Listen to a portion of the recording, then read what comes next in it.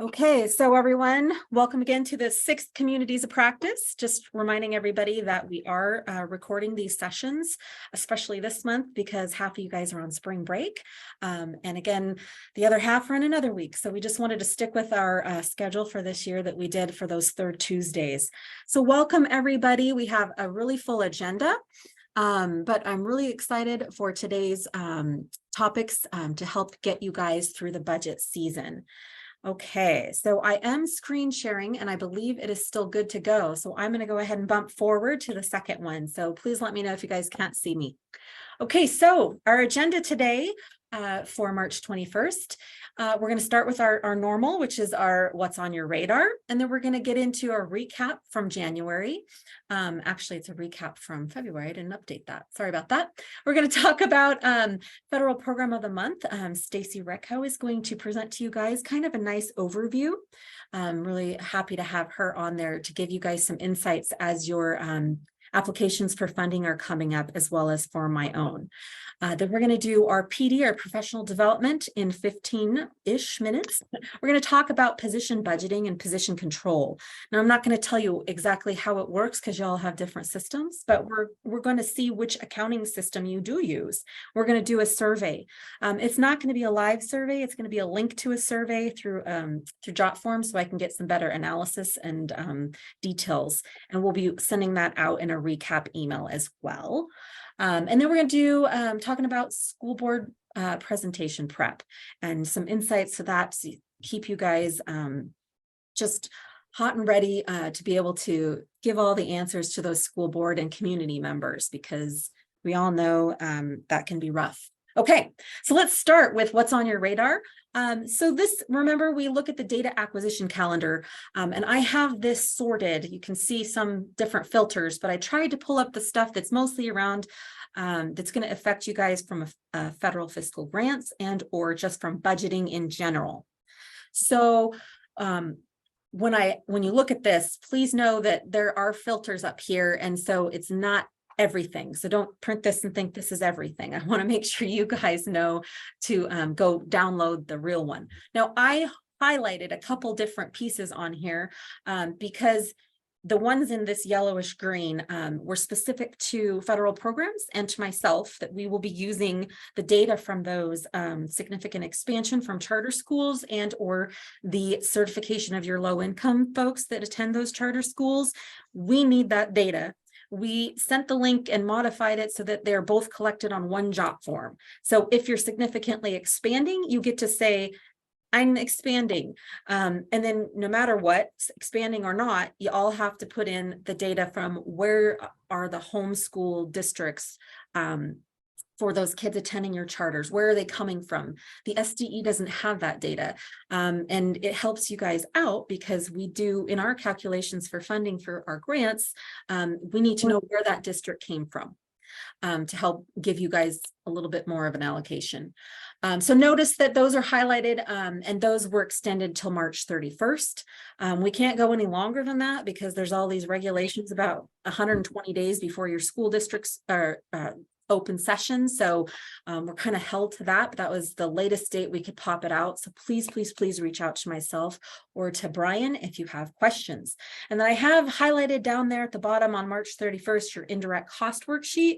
If you guys have ever done one of those, you know that it takes a little time when you put that through to the State Department to review to see if we can approve you for an indirect cost rate. And if you've never done an indirect cost rate, we're going to do that hopefully on next Communities of Practice, if I can get Aaron to pop in. But we want to talk about some of the reasons of why indirect might be helpful. It's really helpful to be able to help take a little percentage on the funding that is available for the cost the business office has to take on to be able to provide services. You got to pay for payroll somehow, right? You got to pay for this and that. So it's very helpful. So if you haven't ever done that, you have questions, take a look at the data that Aaron McCoy sent out, and we'll try and touch on that on a future Communities of Practice. But you guys have a lot coming up. And so we're already past halfway through the month, but I just want to kind of touch on how, like, also on the 31st, there's a Title 1A federal program self-assessment due. And then there's the CLDS data corrections. There's lots of point in time things that you guys need to keep on your radar. So Kathy or any federal program staff that are on board, did you need to unmute? Was there anything you wanted to add about specifics around any of these dates that are still due within the month? I don't have anything to add. We'll be doing CFSGA workshops in the next couple of months, so we'll be giving a lot of information then. Fantastic. And so Kathy's got her federal grant application for the other federal programs. So anything non-SPED pretty much. And that one is when they say CFSGA, for any of you new business managers, that's what they're talking about. So yeah, so she's going to have a lot more insight on that. But again, this list is really nice because it shows you who is in charge, who to reach out to, and it helps you know why it's required.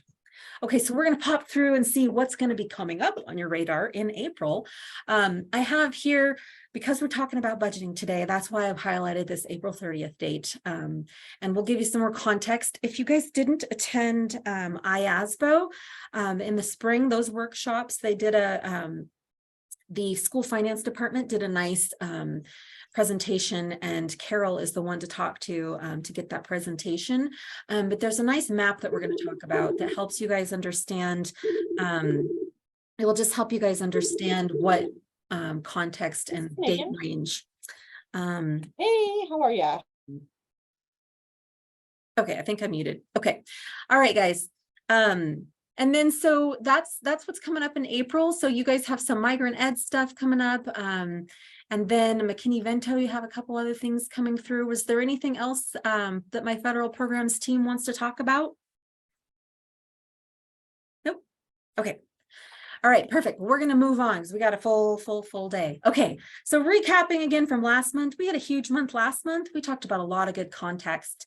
This is my reminder to you guys about federal funds that are ending. We talked about the fiscal cliff. This is a lot of what that fiscal cliff from the pandemic funding is. So anything that you see that's ARP, ESSER, ARP, anything, IDEA, it doesn't matter, these CERSAs, these SLRFs, all these things are pandemic funds. So we talked about these. We want to have this also on your radar so you know when you need to close out. Then with that fiscal federal cliff, we talked about having a plan.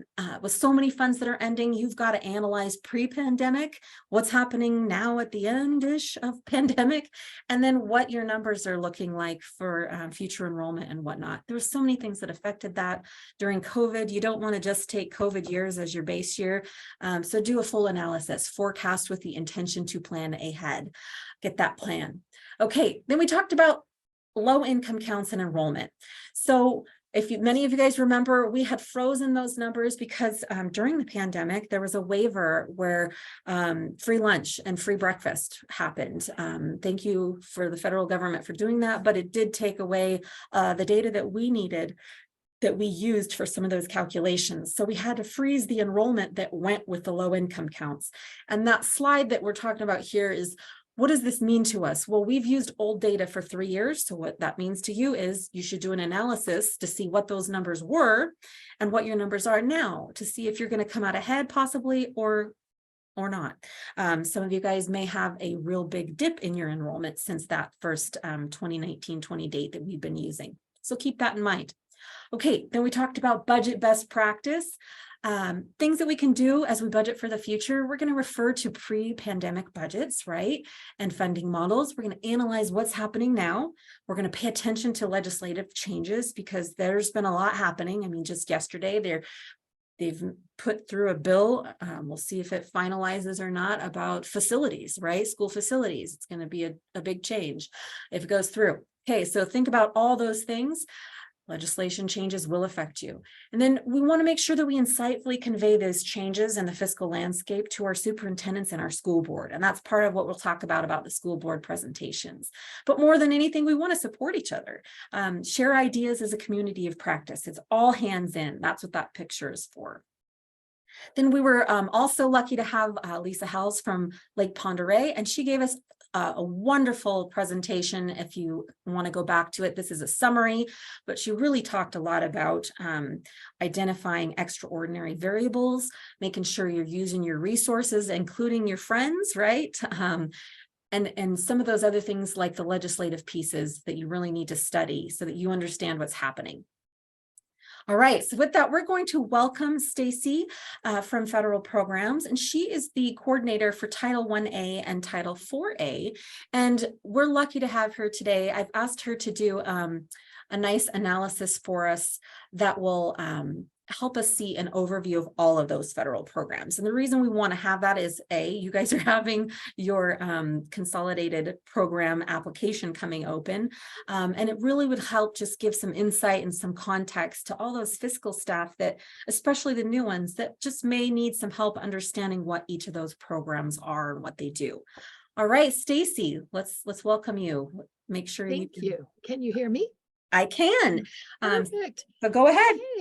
Okay, as Lisa mentioned, I'm Stacy Rico, Title 1A and Title 4A coordinator. Some of you might recognize me from my other role, which would be federal programs monitoring. So I'm just going to take a few minutes this morning to briefly provide some background on all of the programs and the purpose for each one. Next slide, please. Okay, so here's a list of the contacts. You can see that we're a big team. You can, on the left is listed the program, on the right is the contact name. If there's something specific you're looking for, these are the people who can help you out. For instance, if you had a question about language instruction for English learners, that's Title 3A. You can see that Maria is listed as your contact there. That will list everyone on the federal programs team and how we can help you. If you have any questions, these are the people who should be your first point of contact. Next slide.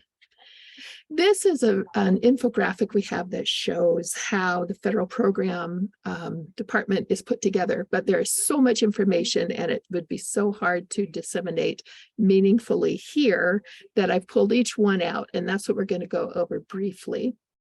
So let's start with the next one is Title 1A, Improving Basic Programs. And all of these slides are set up in the same manner. You can see that the purpose of the program is listed there, and then the objectives. And that's what the assistance the federal program team can provide to you to support LEAs. And then you'll see some activities listed there. And that's what you as an LEA member can expect from us. So for instance, for Title 1A, we focus on closing the achievement gap for at-risk students. The federal programs team provides technical assistance for questions LEAs may have. Program monitoring and trainings fall under this program. Next, please. 1C relates to the education of migratory children. You may not have funding for all the programs that we're going to briefly describe to you this morning, but if you had questions regarding education of migratory children or 1C, then Sarah Seamount would be your contact at the SDE. She has multiple trainings throughout the year that can help provide background information and any information that you might need regarding this. Next slide. This is also, there we go. There we go. Title 1D is also a fund that you may not receive funding for. A title you may not receive funding for is for the neglected, delinquent, or at-risk students. It's related to whether or not you have a neglected, delinquent, or at-risk facility within your LEA. If you do, you will know it. And Emily Summer is a coordinator over this program. This is for those students who are possibly in a facility at having been court assigned or something like that. And there are specific program requirements and assistance that we can provide there. Next. So Title 2A. Almost all LEAs receive Title 2A funding. Kathy Gavi is the coordinator over that, and that is for supporting effective instruction. Danielson training falls under 2A, as does the Idaho Principal mentoring projects, the instructional coach models and mentoring programs. So this funding is used for professional development, things like that. If you have any questions on 2A, it would be Your best practice to contact Kathy first. If you contact someone who isn't directly related, we try to get the answer for you, or at least get you to the person who can help you the best. Next would be Title 3A, and that's language instruction for your English learners. Again, not all LEAs receive funding under 3A. You may receive some state funding though. So you want to make certain you check in your allocation on the Consolidated State Federal grant application, or the CFSGA that Lisa mentioned earlier, to see which allocation you have. You may have state or federal. It depends on your enrollment, the number of students you have who qualify for these services. Next is 4A, one of my favorites. That's student support and academic enrichment. This is structured with 3 specific focus areas. There's well-rounded education, safe and healthy students, and effective use of technology.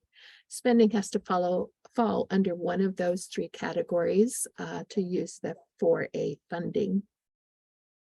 Next would be our 5B, and that's Rural Education Initiative. This is also overseen by Kathy Gabi. She's coordinator that administers this program. If you are a rural LEA, then you may have this funding, and this is to provide local activities to support student achievement.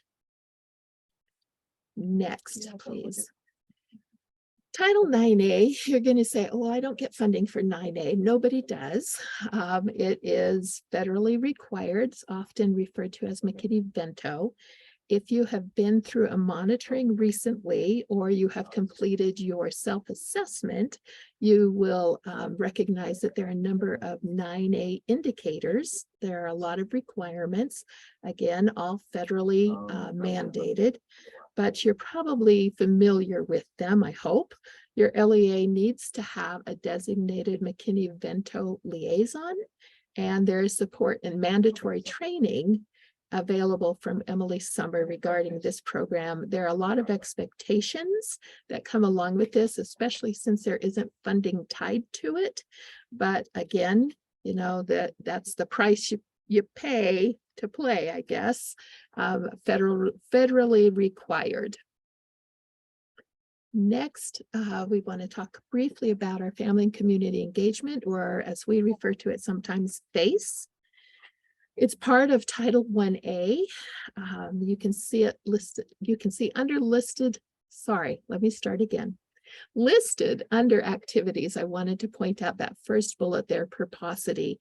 You may not be familiar with that. It is a program that Jill Matthews, our FACE coordinator, can help you set up, where you request specific items for specific students, and community members, anyone who signs into Purposity, can pay for them, and those items go to the specific student. So if you're interested in looking into that, Jill would be your connection there. She has more information that she'd be able to share on that. Next, we have foster care, and Jill is also the coordinator over foster care as well. We need to have each LEA provide their point of contact name to Jill. She keeps that list and shares it with health and welfare, and this just ensures that the notifications about children in foster care in an LEA get to the right person in a timely manner, which I'm sure we can all agree is really important under those specific circumstances. Okay, next we have school improvement and support. So if you have a school in your LEA that's been identified as a school in improvement, you should have been notified already. This shouldn't be a surprise to you. If you haven't been notified, then you don't have a school in improvement, we'd like to say, I hope. The cohorts are usually 3 years long. COVID extended the last one a couple of years, but they were just re-identified within the last couple of months, and those new cohorts are working hard already. There's some specific requirements that go along with those being designated as a school in improvement. And Tyson Carter is the coordinator over that program. But there are a number of supports to those schools also that have been identified, and Tyson is the one that coordinates that with those LEAs. Next, please. Oh, I think we might have skipped one. Do you have Equitable Services? Oh, No, okay. sorry Well, about that. That's all right. Funding and accountability. Of course, with the funding that comes through federal programs, we have a financial principal specialist, Brian Butkus. Lisa mentioned him earlier. His job is to coordinate the necessary aspects to implement the goals of the federal programs. So Brian is the man who pushes the button that sends your money to you once you've submitted your application and that's been approved by the various coordinators. Next, please. There you go. Oh, there we go. Skipping back. Okay, just to keep me on my toes. So Equitable Services, you don't receive funding for. Not all LEAs are involved in Equitable Services. If you have a private school within your boundaries, or if you have a student who lives within your boundaries that attends a private school somewhere else outside of that geographic area, then it's expected that your LEA will be involved in Equitable Services. Michelle Clement Taylor is our school choice ombudsperson, and she administers that program. If your LEA is identified as one that may be required to provide equitable services, then your LEA needs to reach out to those private schools and ask them if they would like to participate in the program. My suggestion to you, I almost want to say warning, but suggestion is that please document those requests and those attempts. Often we have private schools that don't respond, and we hear, oh, they haven't responded for 15 years. You still need to reach out each year. You need to document that you did reach out and whether or not they answered. That is part of what we look for when we do that federal monitoring that we mentioned earlier. Okay, next. So this is everybody's favorite topic. And my favorite thing to do, federal programs monitoring. It's federally mandated. We don't do it because we think it's fun. If you accept any federal funding, there will be monitoring of some sort. That is just the price you pay.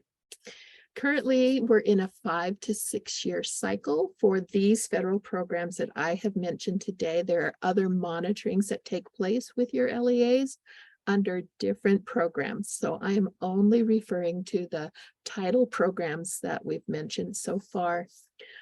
You may, as an LEA, be monitored more frequently depending on a number of factors, but typically it's that 5 to 6 years. And then you will be engaged in that monitoring process with us. We provide multiple opportunities for training prior to any monitoring, which I would highly encourage you to have your LEA team attend.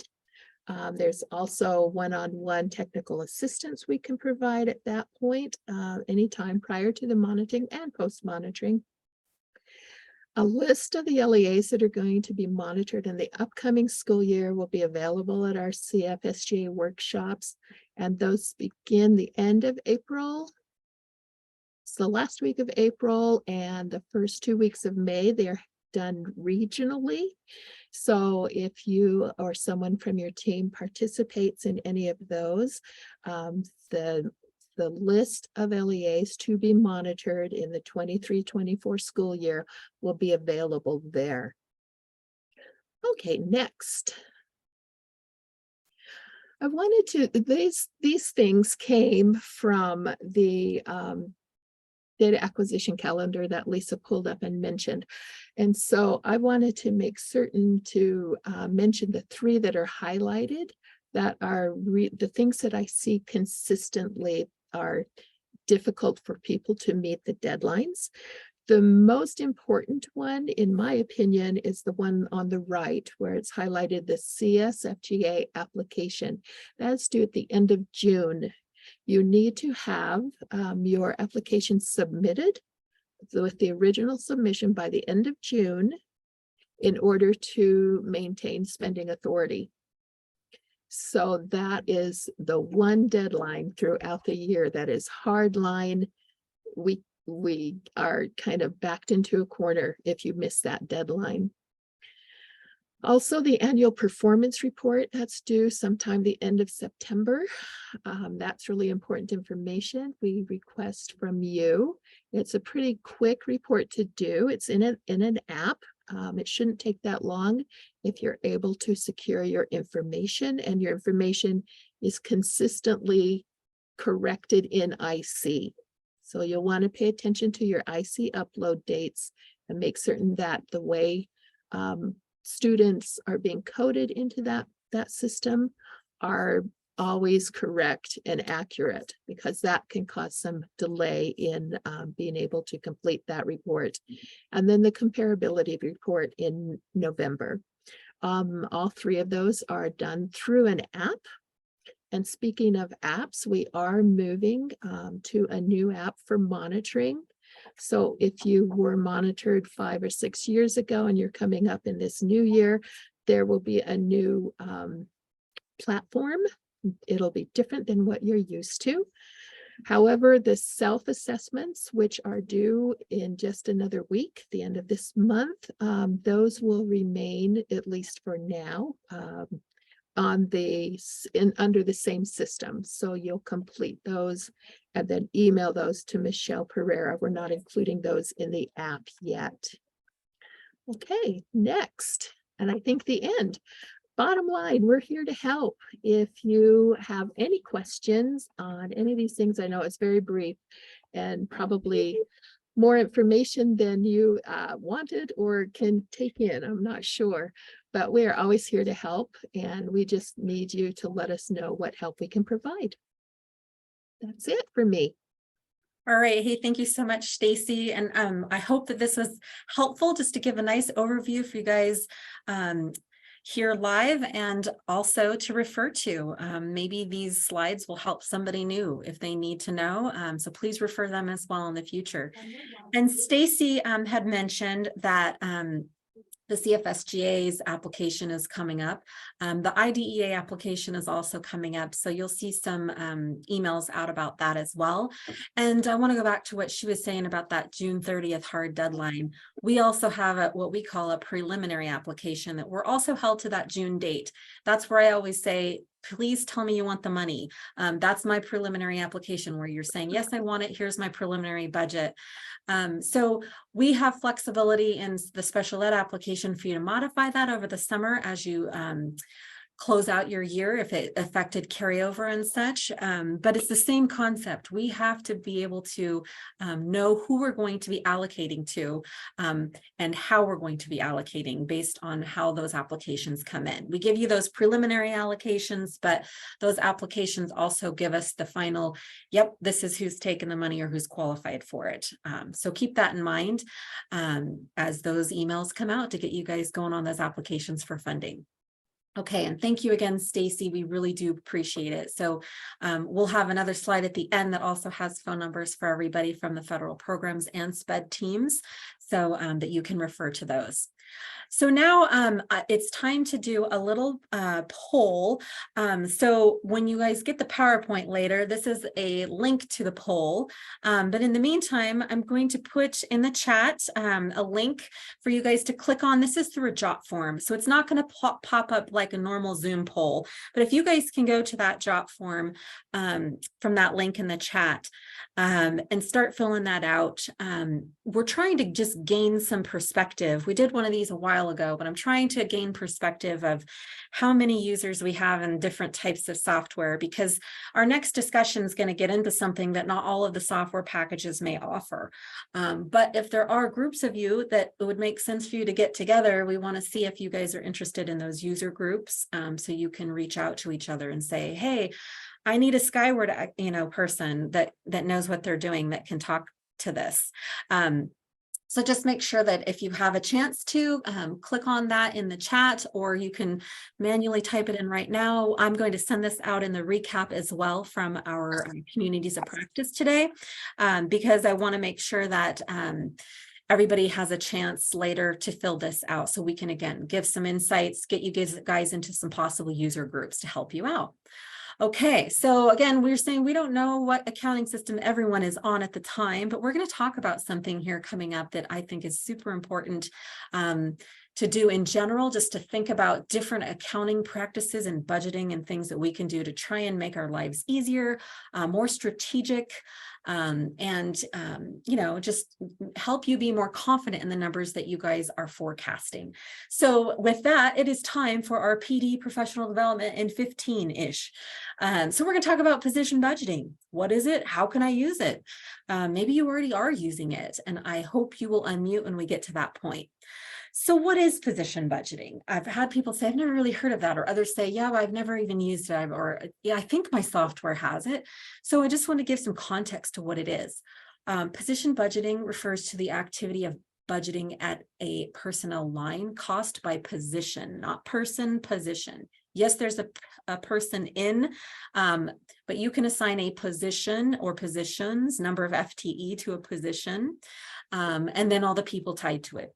So you use position budgeting to develop those line items, those personnel line item budgets, and then you can attach their salaries, earnings, benefits, any employer paid taxes, or benefits. Then the position budget typically will include filled and unfilled positions. So if you've never thought about using that, this is the time to just dwell and think and, you know, possibly ponder doing this. So just keep it an open mind as we keep talking about it. So really, the budget amounts in those position budgeting is going to represent an annual figure, so that you can make adjustments based on these different point in times and annual amounts that you can move on a salary schedule, for instance. So this personnel line activity item reflects the results of applying those amounts across time spans and different periods that are put into your proposed budgets. So really think of this as encumbered positions that you could update based on a point in time, even for the unfilled. And we'll talk about that a little bit more. Some of the details here I took from a link here from an Oracle PeopleSoft. It just talks about, it was an article that just talks about what this position budgeting concept is. And then let's talk about why it might be useful. Well, the reason it could be useful is it provides better transparency and reporting throughout the year if you have this in place. It provides for trending and forecasting abilities as well. So you can create vacancies and you can encumber those costs. It's a placeholder throughout the year. And that's super helpful because you don't want someone to lose sight of the cost, that if they did hire it, that you don't want them to go spend that money somewhere else. So it holds that there, that this is a continued cost to you. You can drain it down each month to whittle it down to what's still needed through the end of the year, that kind of thing. But by creating these vacancies, you can update that so that if you have a later start date, you don't have to have too much encumbered, right? That's that whittling it down as you go. But then providing that you'll have the budget, right? And then what about frozen or eliminated position management? Position budgeting can help you recognize the dollars saved that should be quantified. So if you posted that position at the beginning of the year and you didn't hire until February, you can quantify that and say, hey, because we hired Sharon in February, we saved $35,000 or whatever it might be. And then unfunded and funded position tracking. Sometimes you guys have these great ideas. You say, yes, we need these FTE. And they say, nope, we don't have the budget. Well, if you've already created the positions on these salary schedules and these other pieces, you can hold those and then you can just kind of resurrect it later and say, hey, we already built that, here it is. So it can save you some time. And it helps with attrition planning. So this helps if you know there's several people that are retiring, or if you have a RIF scenario, a reduction in force, or just anybody that's budget cuts, things that you might need to think about. So it helps you with that because you have those positions and you can see if they would fit into another position, you know? So it just helps you visualize those pieces. And then it helps for inflation tracking or just COLAs, so your cost of living expenses increases and other things that you can kind of better manage and keep tabs on. And position budgeting, for some of you, you can, depending on your software, it can be used to forecast all kinds of different scenarios. So you can build these positions and move them along different salary schedules. You can change the amount of benefits, those types of things, and how that would affect the whole budget overall. So super helpful. Now, effective budgeting according to GFOA. I'm not sure how many of you guys belong to or have heard of the Government Finance Officers Association. It's used a lot by city governments, but it's also used by school districts that have accounting practices. And so I put this up here to help you guys have some context about just overall why I'm talking about this whole piece about position budgeting. So this is a direct quote, and it says, given the funding constraints, and we all know we do, that governments are facing, especially with our fiscal cliff coming, so keep that in mind, accurate expenditure projections are more important than ever. So since salaries make up the greatest portion of the expenditure budget, we all know this is true, it is logical, that's why I have Spock here for you guys, it's logical to apply forecasting techniques that can provide a true picture of where payroll costs are going, these payroll dollars, right? We need to know. So I have a link here to take you to the page. You don't have to be a member. They've got lots of different resources. If you've never looked, it's worth looking. They've got some great things up there. Okay, moving on. So I have here, this is what I could find, which commonly used accounting software packages, for those of you that I've seen on prior surveys that we've done in Idaho. These are accounting software packages in Idaho, which offer position budgeting. Well, I found that they have something in Skyward. Now, I'm not saying that whatever package you've paid for, you may not have it. Same with Infinite Visions or Munis. Those are Tyler Technology. They have something that you can purchase. PeopleSoft. Continuum Cloud, I don't know how many of you guys might use that. Business Plus, Power School. I know there's some large districts. I think West Ada and Boise might be on that one. And I'm asking you guys a question. So please unmute or go in the chat and tell me if you know if Cougar Mountain or if 2M or any other software packages that you use might offer this, because again, we did that poll, and I'll be sending that out when I do the recap, that link to that poll of what system you use, with the intent to then email those people and say, do you want to be part of a user group possibly? So if there's content that I couldn't find online and maybe they do offer that, just want to make sure that you guys know that we're trying to help you guys find out what options are available to you. Did anybody want to unmute and say if they know if any of those below? I do have it so you guys can unmute. This is actually not a webinar, it's a meeting, so anybody can unmute if you guys know the answers to that, or put it in the chat. Okay, well, while you're thinking about it, let's talk about this position control or position management. It's really related to position budgeting. Position control will allow you to organize your workforce by position, instead of just by employee. So think of it as creating the position and tying an employee to it on a salary schedule. So this is going to enable you to have a more robust reporting, again, comparing budgets against actuals, and to help you prevent a lot of common budget problems like overhiring or not being able to demonstrate how much you saved. So think about that. Okay. Sorry, I'm trying to help admit people too. Okay, so this can give you breakthrough information silos. It can help you break through those silos, right? It can help you look at multi-departmental cost centers and different funding sources to give the big picture, especially as you guys are blending and braiding funds in the end. So again, with position control, you can, depending on your software package, you might be able to split fund or multi-split fund different pieces. And depending on the software, you can also keep track and help with your time and effort. because you can tie it back to the funding source possibly. Okay, now again, at the bottom, I'm saying depending on the software package, position control may also improve your credential compliance for tracking those credentials, like when your teacher certifications come up. It could help you to, depending on the package, they might have a talent management or a recognition system that helps with retention. And again, it might be able to be tied to your strategic training and development plan, or even aid in some sort of an onboarding task by linking different trainings that need to be done and keeping track of when they got completed. And some of the data from this came from another article with Continuum Cloud. So if you want to click on that later, you can to read more. Okay.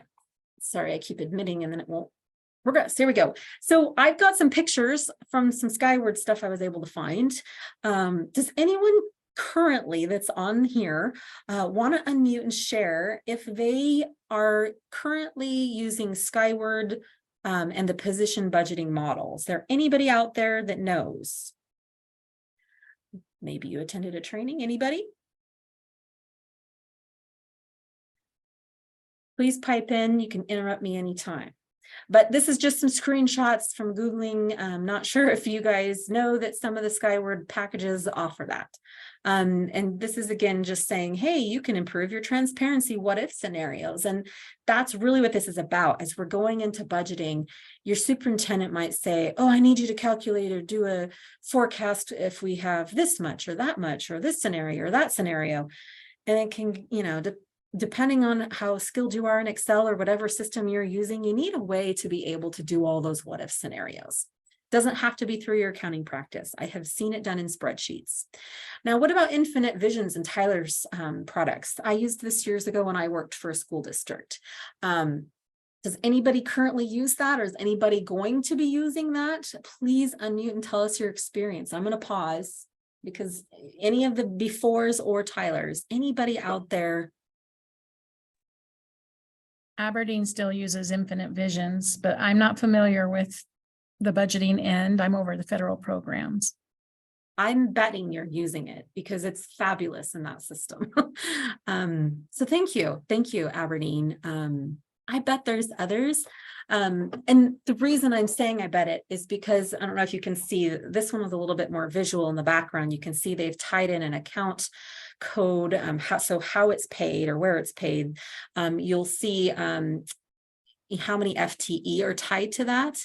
You can see how many types of positions are they opened and assigned, are they closed, what available FTEs might still be there, and it gives you all these abilities to edit the position control. And then again, think about moving these positions on a salary schedule.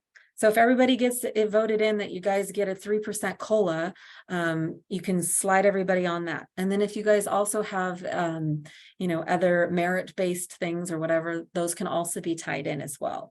But it really is a nice just way to keep track of everything. So if you have Infinite Visions and you've never used this, I know it exists.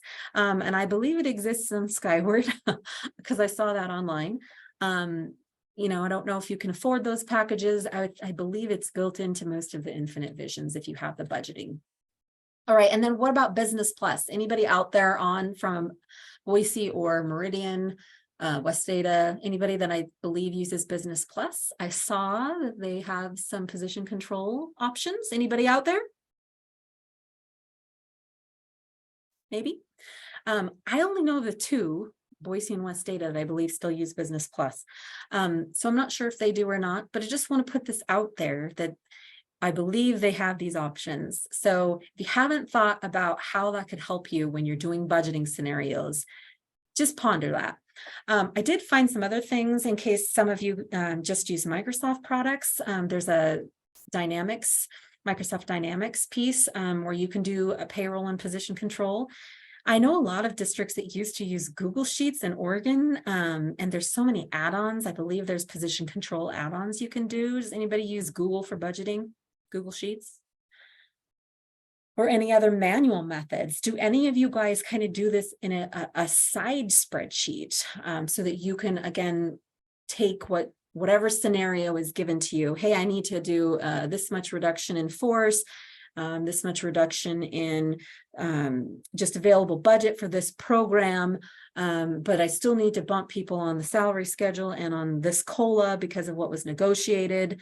Things like that. Do you guys do that all in Excel, or any other ideas anyone wants to unmute and talk about? Maybe they're quiet today. It's because it's spring break and I'm making you do this. Okay, well, moving right along. Just a disclosure, we just talked about a couple of packages that I had time to look up that I mostly knew had position control methods. So the STE is looking for methods and useful tips to help you guys consider for budgeting insights and forecasting of scenarios for your superintendents and boards, so that you can also do it with efficiency, and it'll help you to be able to just be more efficient overall and confident in what you're doing. So again, we're not trying to promote or advertise for any of those. We're just trying to make sure that if you didn't know that was available, hey, maybe I'll look into that. Okay, now let's talk about school board budget presentations. Now this is where you get to tell the story, right? But you're doing it with numbers. So we're going to talk a little bit about what we can do to make that be a more smooth transition. Before I do that, I just wanted to go back. I ignored the chat. So sorry about that, guys. Scott Erickson is saying that you guys will be using it. Not sure if it's in 2M. And, I couldn't find anything on that. So if you do, please email me and let you know. And Felicia, thank you. Talking about Stride.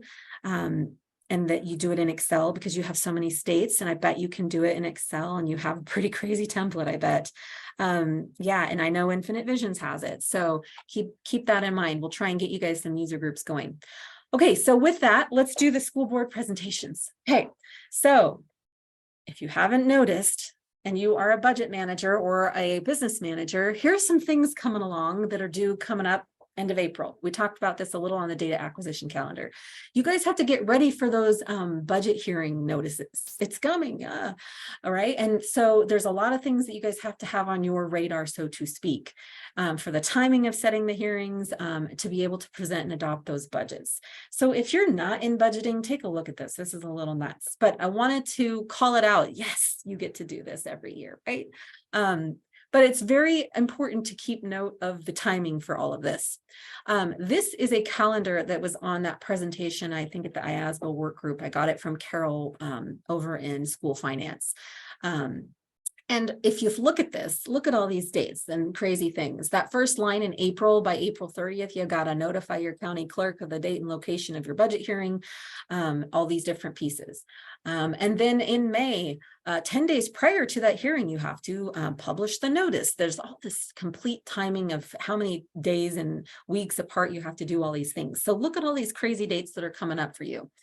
So program directors, if you're on and you're getting all these frantic last minute changes and questions from your business office, is because they're still trying to make modifications to get it ready to make all these dates, right? So just don't lose sight of these timelines. Now, 7 key elements to a strong school board budget presentation. I looked and looked and looked, and there was some that was just 3, and there were some that were 6 and 5. I came up with 7. So I hope that you'll take these to heart. But let's start with number 1. Offer a balanced perspective. Try your best to make it seem like it's a balanced perspective too, for all students, staff, and board members. And try and tell a believable, realistic story of the prior performance, but also of your upcoming needs and how they're tied, right? And why those changes are. Make sure that the story is understandable. So you've got to know your audience. Who are you presenting to? Now, you're not going to know everyone in the audience that shows up from the community, but you need to know who's on your board and what their backgrounds are. And present highlights and success stories along the way that can tie to your strategic plan. Because if you get too numbered deep, people just may not follow. So make sure you have strategies in between to help tie that why and what you're talking about. Now, emphasize the important takeaways and goals with clear presentations and statistics. So try and make that very visual for people. And also bring your passion and energy to tell that story of why. What is the why behind everything you're asking for and everything that you can tell happened last year? So try and make it interesting. And lastly, thank your board for their commitment to students in your community and acknowledging the staff that help put your budgets together. That always feels so good if you're on that budget group that help get all those numbers together. And it might just be you, but at least think your board. Okay, just ideas to think of. Now, how about prepping for that presentation? So we talked about know who's on your board.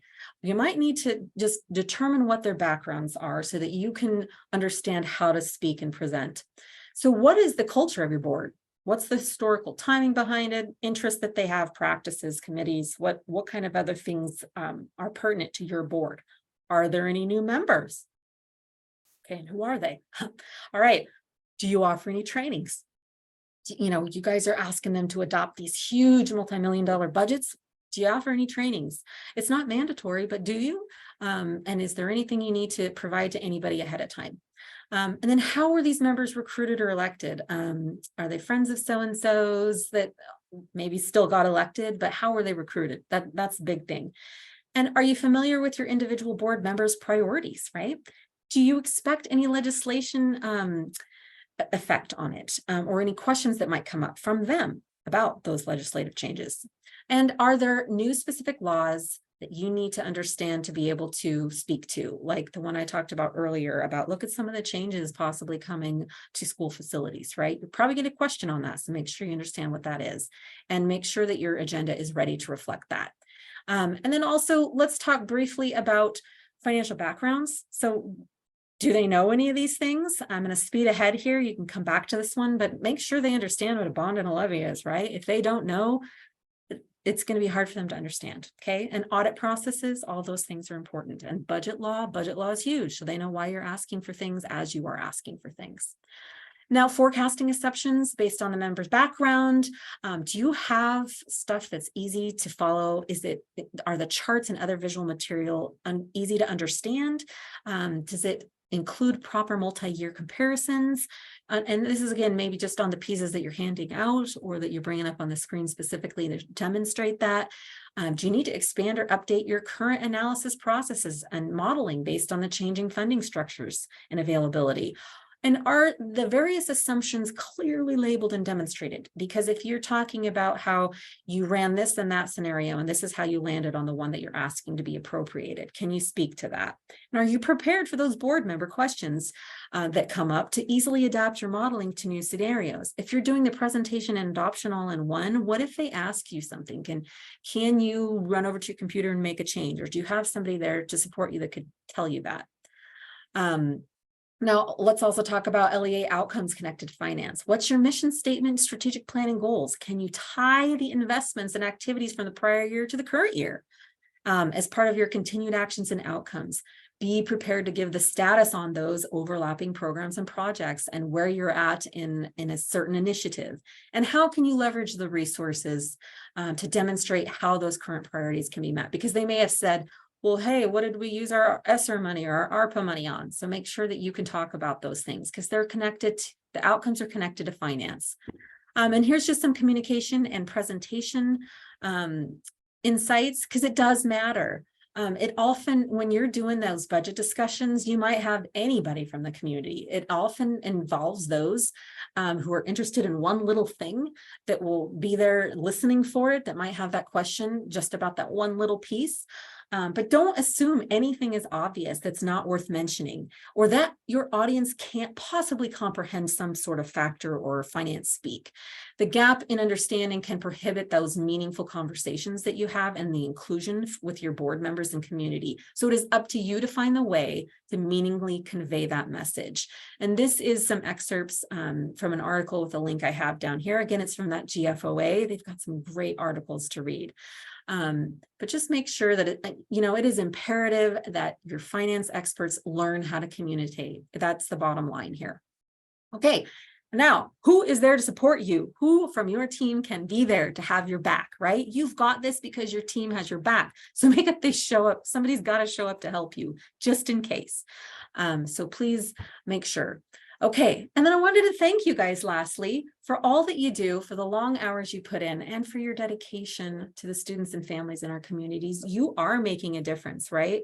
You may not think it sometimes, especially those of us that are in finance, we're not there saving the world out in the field. We're doing it from the backside, right? That we're doing it from the basement sometimes, right? You're not out there in the school district sites. You're maybe in the district building offsite somewhere, but you guys are important. You are making a difference, and you guys are all superheroes, which is why I have so many of those pictures for you all. So keep that in mind. So thank you for attending today. I wanted to open up, there's a couple minutes. We've got about 5 minutes left, and I saw some more people talking about Software Unlimited has position control. But I hope you guys will use that. Thank you, Brad. Does anybody else have any other insights you guys want to pop open? I'll stop talking. Ideas, questions? You can pop them in the chat or you can unmute. Happy springish. Most of us are still, we had some snow here in the Treasure Valley, a little frost. All right, you guys, I'm just gonna talk in the background, but please pipe in if you want. I just want to say again, thank you. Don't lose sight of all these things. Keep going. You guys are all amazing superheroes to your districts and those students. And I can't believe I had any minutes left. I skimmed over some of those, but I will try and have those out to you a lot sooner this month, so that you guys can take that to heart. And again, if you weren't here when I had that link earlier to do the survey on what system you guys use for accounting, I'll be emailing that jot form link out as well, again with the intention to email you guys on specific things to get some user groups going. So thank you, thank you, thank you. You guys have a great, great, great spring break. We appreciate everybody out there. All right, guys. Well, if that's it, I'm going to end. It was great seeing y'all. You guys have a great spring.